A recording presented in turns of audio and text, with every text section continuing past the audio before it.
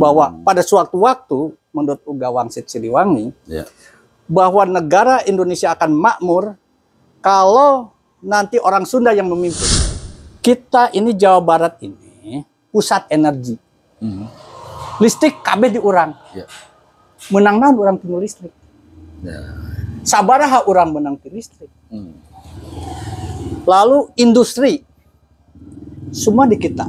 Dulu 60% industri nasional ada di Jawa Barat. Nah, hari pajaknya dinikmati ku Jakarta jeung pemerintah pusat, kurang kebagian polusi, kesusahan tenaga kerja, ributnya hari pajaknya di situ. Terus ayeuna ngomong, wah saya berhasil membangun Jakarta. Atuh siapa ada duitnya rea mah. Di daerah. Di daerah dan jeung duitnya di antara duit aing. Aing gitu.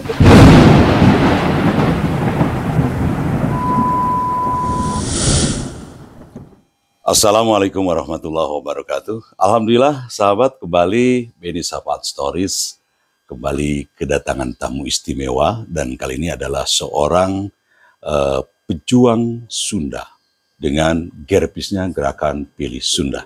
Inilah dia Kang Andri Perkasa Kanta Prawira. Sampurasun. Rampes Kang Beni. Alhamdulillah. Alhamdulillah. Ini saya sudah mengundang beberapa kali dan baru kali ini bisa bertemu dan memenuhi undangan podcast saya ini. Dan hari ini adalah merupakan hari yang penuh makna dan merupakan kehormatan bagi saya.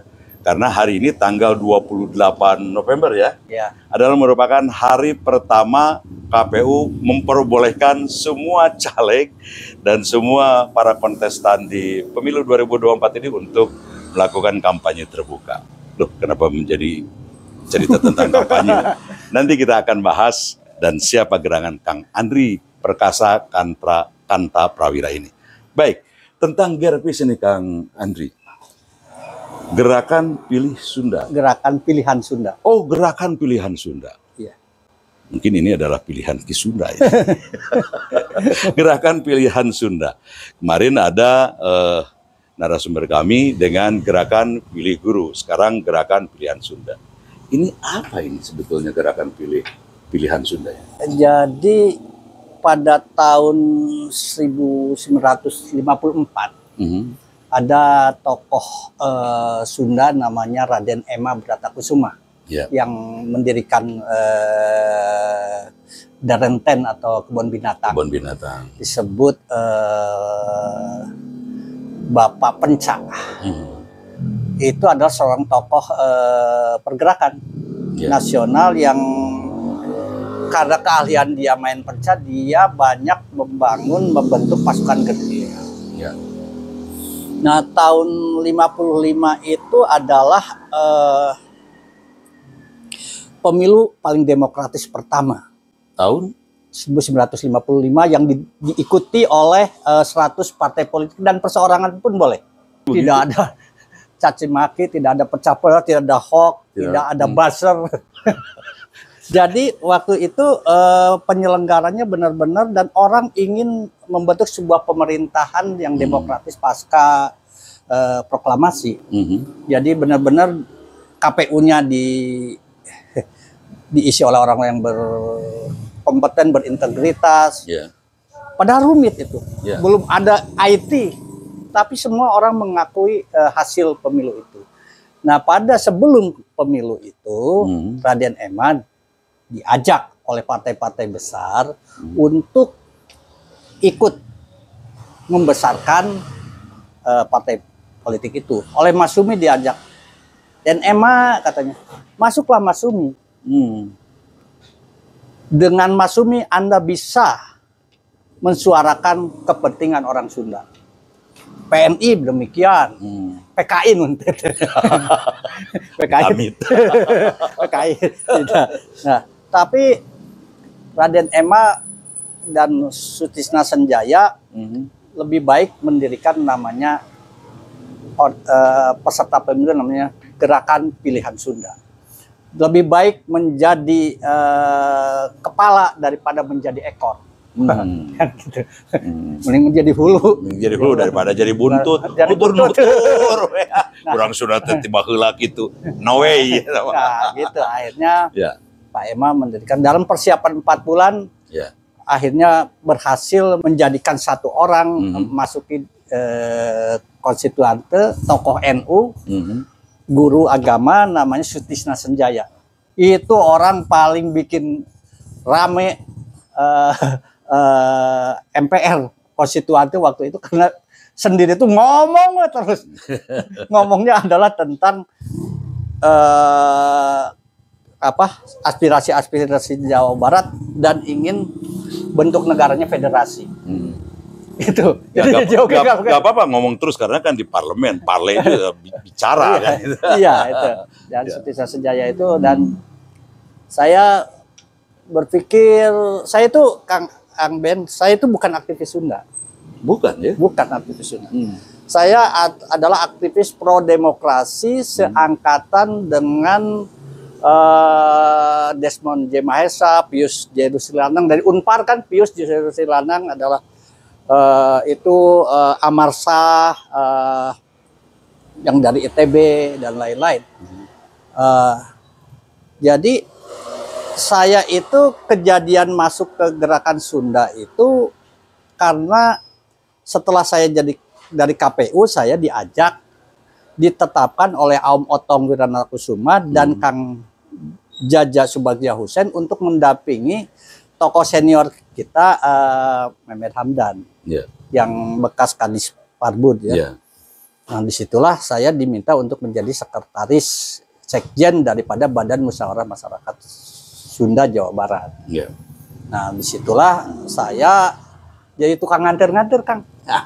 Awal mobil itu Kang Cece kena uing, dia jajab ngobrol dengan Kang Cece, dengan Kang Jaja dan Om Otong. Itu saya sehari-hari ya ada ya, namanya juga anak muda ya, artinya kita harus dekat dan setidaknya membantu orang tua dalam mobilitas dan aktivitasnya. Disitulah saya mulai menjadi kolaborator dan pemilik database tokoh-tokoh Sunda, gitu. Dari situ saya berpikir setelah dari Bamus, apa yang ini?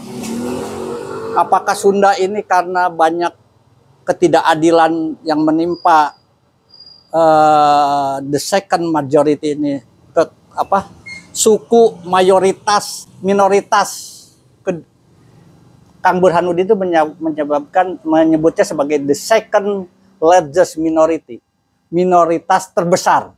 Minoritas terbesar. Minoritas tapi terbesar. Minoritas. Artinya dibandingkan Jawa, orang teh minoritas. Banyak kepentingan apa yang harus disuarakan. Makanya saya berpikir bagaimana kalau saya mendeklarasikan kembali namanya Gerakan Pilihan Sunda. Karena gerakan itu kan sebuah perjuangan melakukan sebuah perubahan. Betul. Sebuah perubahan itu memerlukan pilihan. Pilihan apa? Ya pilihan orang Sunda. Pilihan kalau kita filsafat Sunda yang jelas, yang terang, yang logik, yang mendapatkan inayah hidayah ilahi, kira-kira begitulah. Jadi ini sebuah ilafat, sebuah ilham dari proses dialektika berpikir Kukaruhun dirikan lagi itu, karena Gerakan Pilihan Sunda disebutkan sebagai gerakan putra-putri Pajajaran Anyar yang ingin mendorong tercapainya tujuan nasional, tetapi kita juga ingin melindungi Sarakan.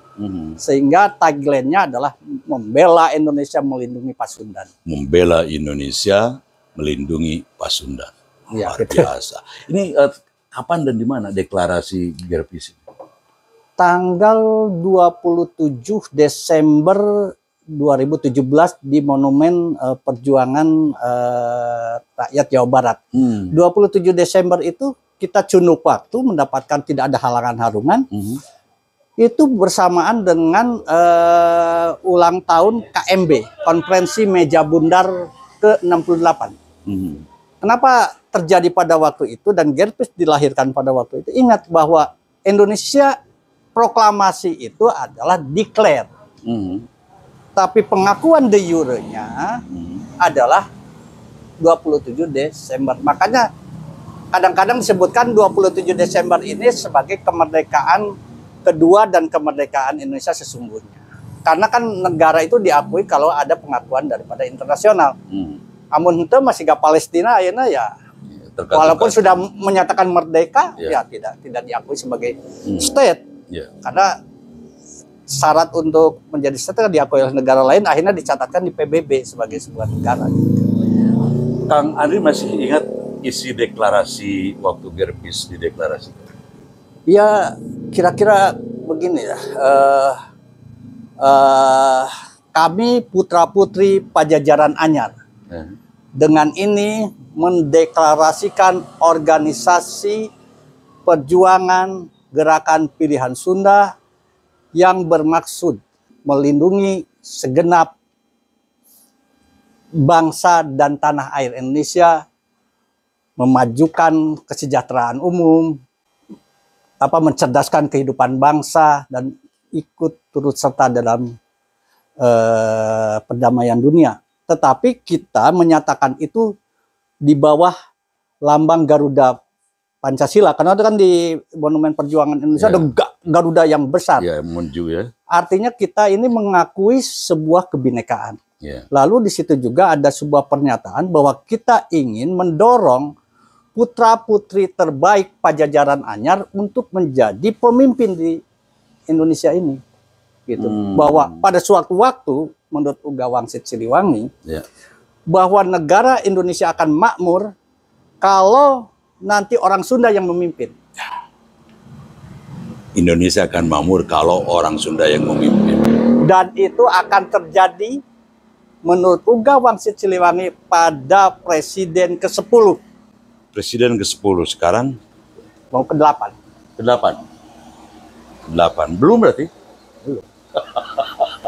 Bisa ditawar yang ke-8 aja gitu? Nggak bisa. Disebut Raja Bantala. Ciung Wanara yang menjadi Ciung Lodaya. Orang-orang pemimpin-pemimpin asal Sunda yang punya kemampuan terobosan pemecahan masalah kebangsaan, yang nanti karena kecerdasan itu, nanti dia tidak hanya Ciung Wanara, Ciung pemimpin, Wanara itu orang yang cerdas, tetapi jadi Ciung Lodaya, pemimpin Maung. Ari Maung makan semua penduduk hutan itu, warga hutan kan mengakui, tidak usah ngaku-ngaku jadi raja gitu. Jadi kita ingat ya Kang Beni, presiden ke-1 itu diakui tidak melalui pemilihan. Presiden kedua itu dengan proses itu tidak melalui pemilihan. Ya mudah-mudahan presiden ke-10 itu yang dari orang Sunda semua orang aklamasi. Seperti kalau dalam cerita Islam Umar bin Abdul Aziz. 1,5 tahun bisa memakmurkan Bani Abbasiyah ya. Itu kan tidak dipilihnya aklamasi. Ya mudah-mudahan ya Raja Bantala atau Presiden Indonesia asal Sunda ini itu juga tidak melalui pemilihan aklamasi. Gerpis Gerakan Pilihan Sunda yang akan diperjuangkannya apa sih Kang? Ya kita melihat hal yang paling utama dari masalah orang Sunda itu adalah kita ini belum mendapatkan sebuah hasil dari kemerdekaan yang sesungguhnya. Kalau kita tahu ini sudah 78 tahun Indonesia merdeka. Apakah ketika bergabung dengan Indonesia, orang Sunda ini mendapatkan kemajuan, kemakmuran, atau tambah terpuruk? Kan gitu. Tambah tidak punya harapan, tambah tersingkir. Nah, karena kalau kita ternyata orang Sunda ini tambah tersingkir, berarti negara tidak melindungi, orang Sundanya sendiri tidak punya strategi untuk mempertahankan dirinya terhadap perkembangan zaman. Yang kan kita tidak bisa menyalahkan negara saja. Oh, negara kok segala pembangunan kapitalistik kan. Nah, orang Sundanya kenapa tidak mencegah? Iya. Kan gitu. Kenapa tidak punya strategi untuk itu? Ya usik gitu ya. Tidak usik.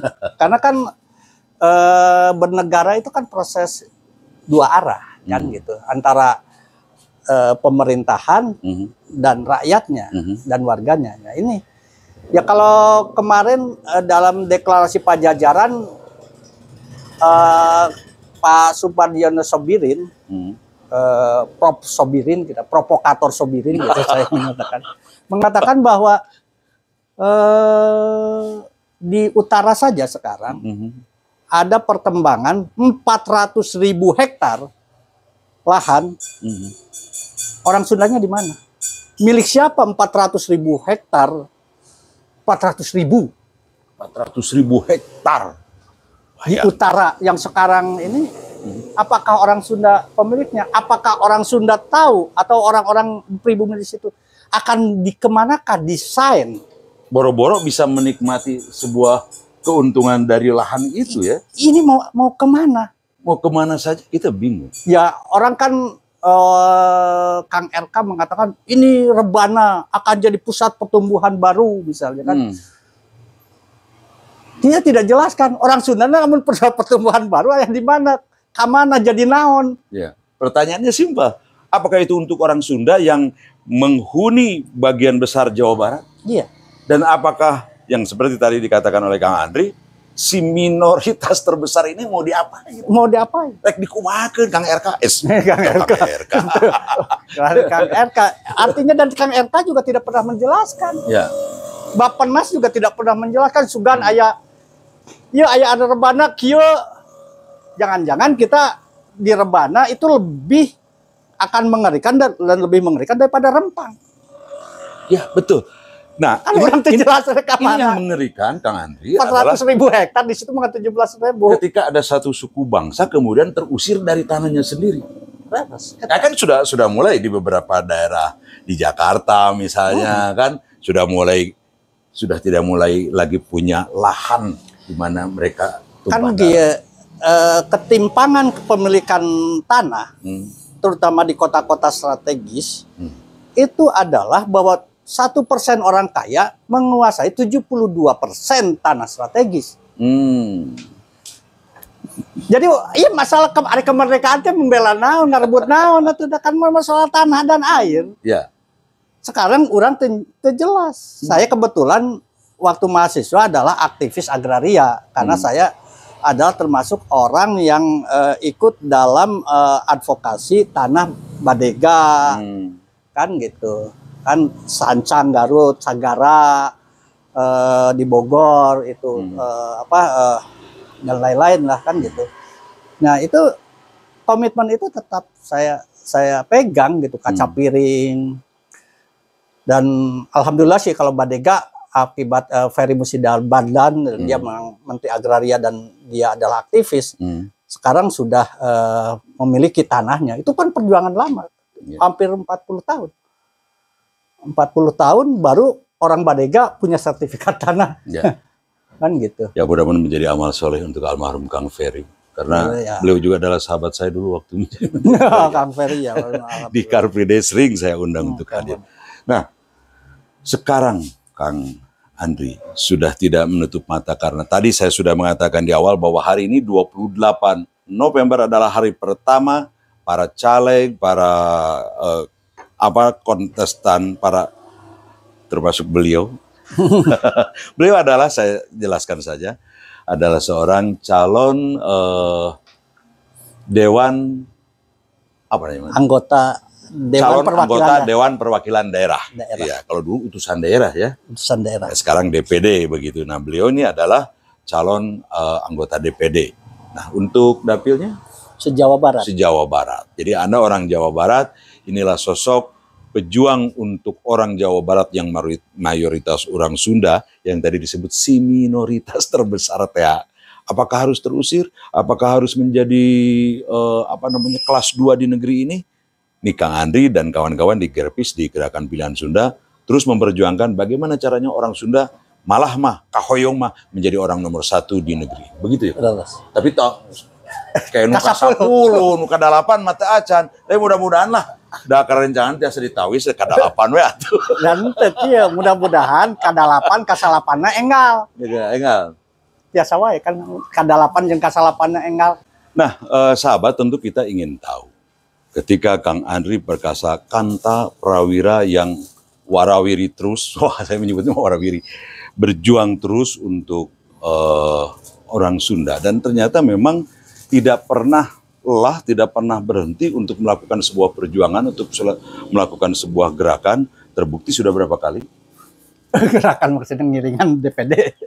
Saya ngiringan DPD dari mulai saya menjadi LO, akhirnya saya tahun 2019 jadi calon, berhasil dengan suara 183.000. Jauh lumayan. Tapi abdi sok kieu sok heureuy. Saya ini bukan siapa-siapa. Sok kareyan Kang Uu sareng Kang Nukman. Kang, akang teh tokoh Sundanya. Suara akang waktu nyalon teh sabaraha? 178.000. Halus urang saeutik cek saya. Kang Uu begitu tokoh cuma 140.000. Kan gitu. Suaranya. Saya 183.000. Sekarang balik lagi ke tadi. Apa sih yang akan diperjuangkan oleh Kang Andri dari Jawa Barat ini, dari orang Sunda? Saya itu Kang, saya kan diminta untuk menyampaikan visi misi ya. Setiap calon itu saya katakan bahwa visi saya adalah Sunda Mulia Nusantara Jaya. Sunda yang dihargai oleh suku bangsa lain dan Indonesia yang jaya. Indonesia yang berdaulat, bersatu, adil, makmur. Lalu saya mengatakan bahwa misi saya adalah memperjuangkan kepentingan-kepentingan strategis daripada rakyat Jawa Barat. Saya nggak mau kepentingan-kepentingan yang tidak strategis. Yang strategis apa? Nah, yang strategis itu saya membagi satu yang paling penting adalah sebuah suku bangsa, sebuah bangsa yang maju adalah kalau dia berhasil merumuskan namanya strategi kebudayaannya. Maka saya sangat komitmen pada Indonesia kan sudah berhasil menelurkan, mensahkan Undang-Undang Nomor 5 Tahun 2017 tentang kemajuan kebudayaan. Jepang, Korea, dan lain-lain karena dia jelas jati dirinya. Dan lalu merumuskan kebudayaan sampai kepada strategi kebudayaannya pada hal-hal yang modern.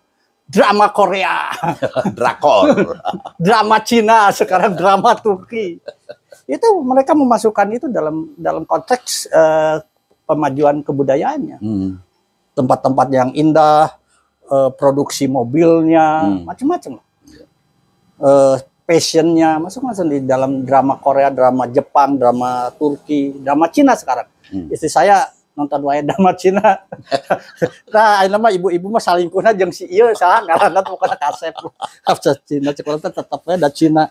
Mudah-mudahan saja fakta di kehidupan yang nyata seperti di dramanya, di cerita-cerita mereka yang idealis, yang tidak mengganggu negara-negara yang lain, bangsa-bangsa yang lain, bahkan menjadi menjadi korban seperti Indonesia zaman dulu sebetulnya, Jepang dulu ya. Iya, tapi itu ya satu bahwa saya ingin membangun namanya jati diri Sunda, dan itu namanya kita belum berhasil merumuskan strategi kebudayaan, ingin saya dorong.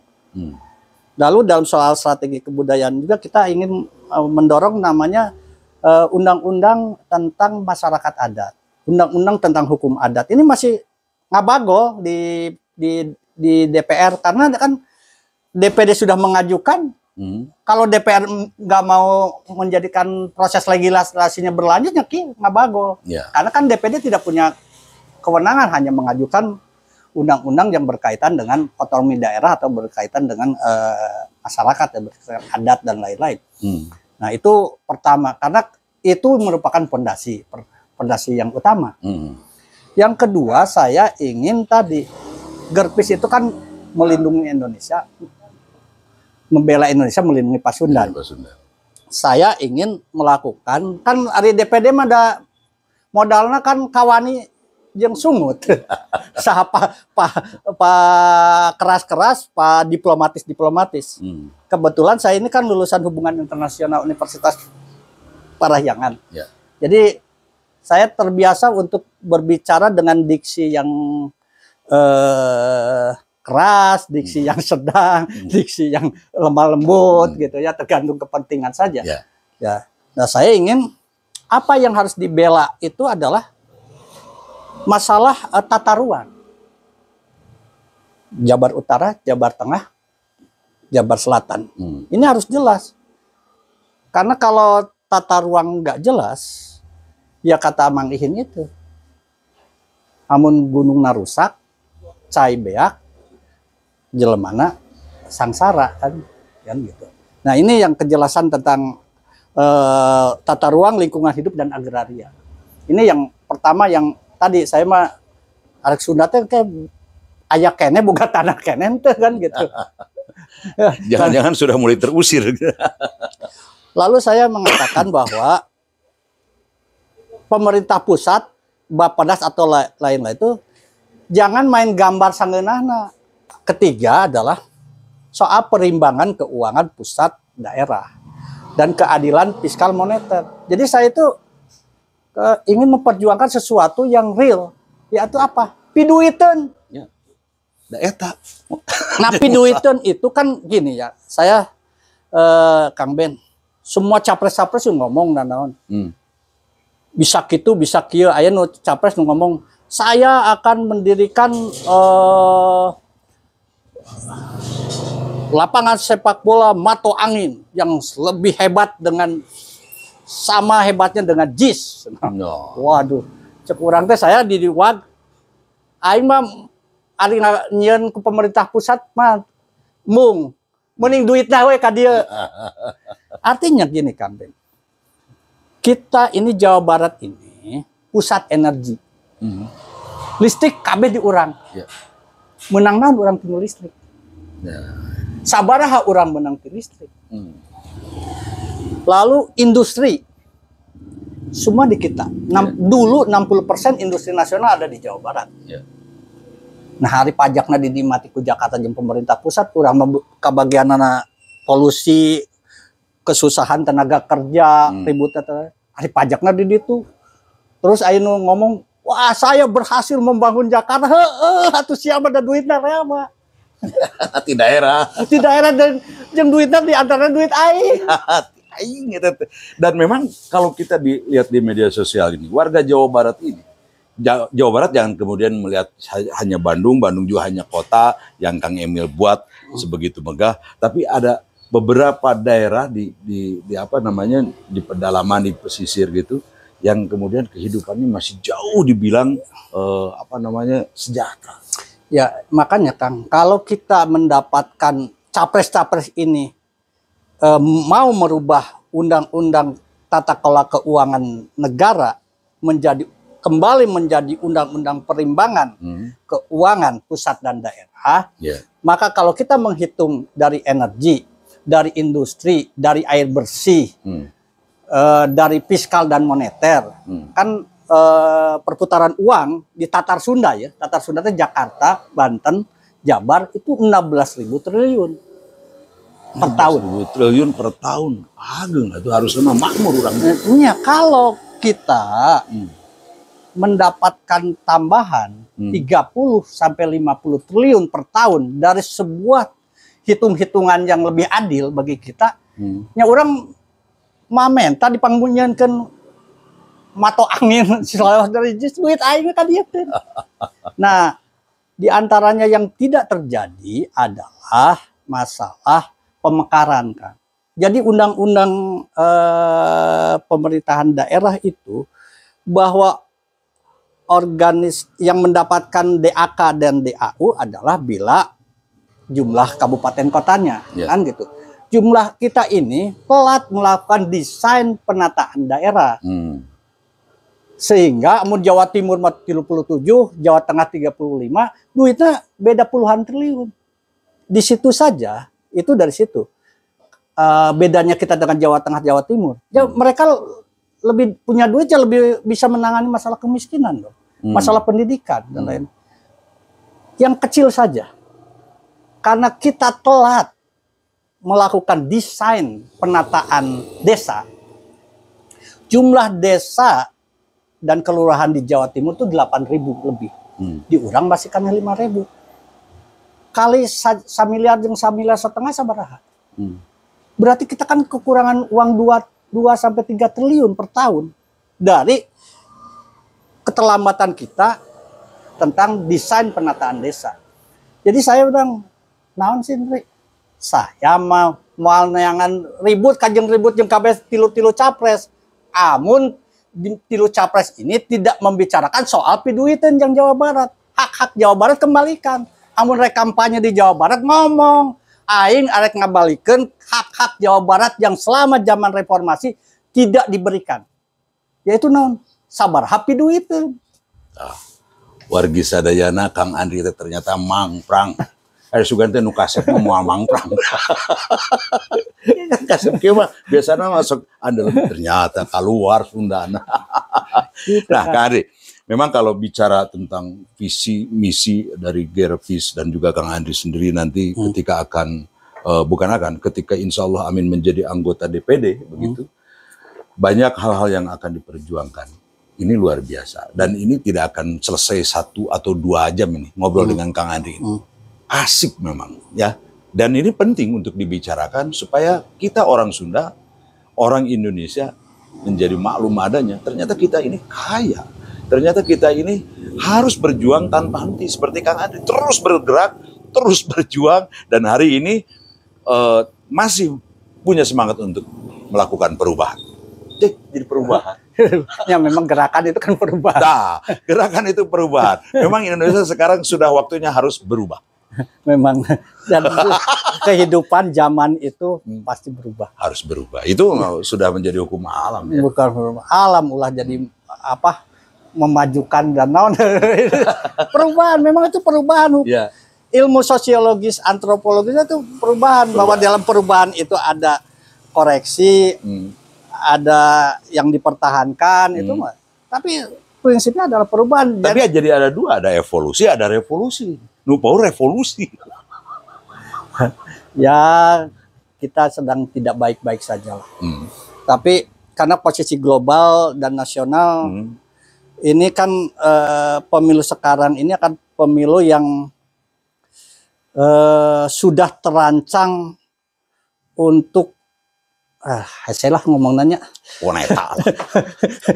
Pokoknya sudah terancang. Bingung kan ya? Saya jadi bingung ya.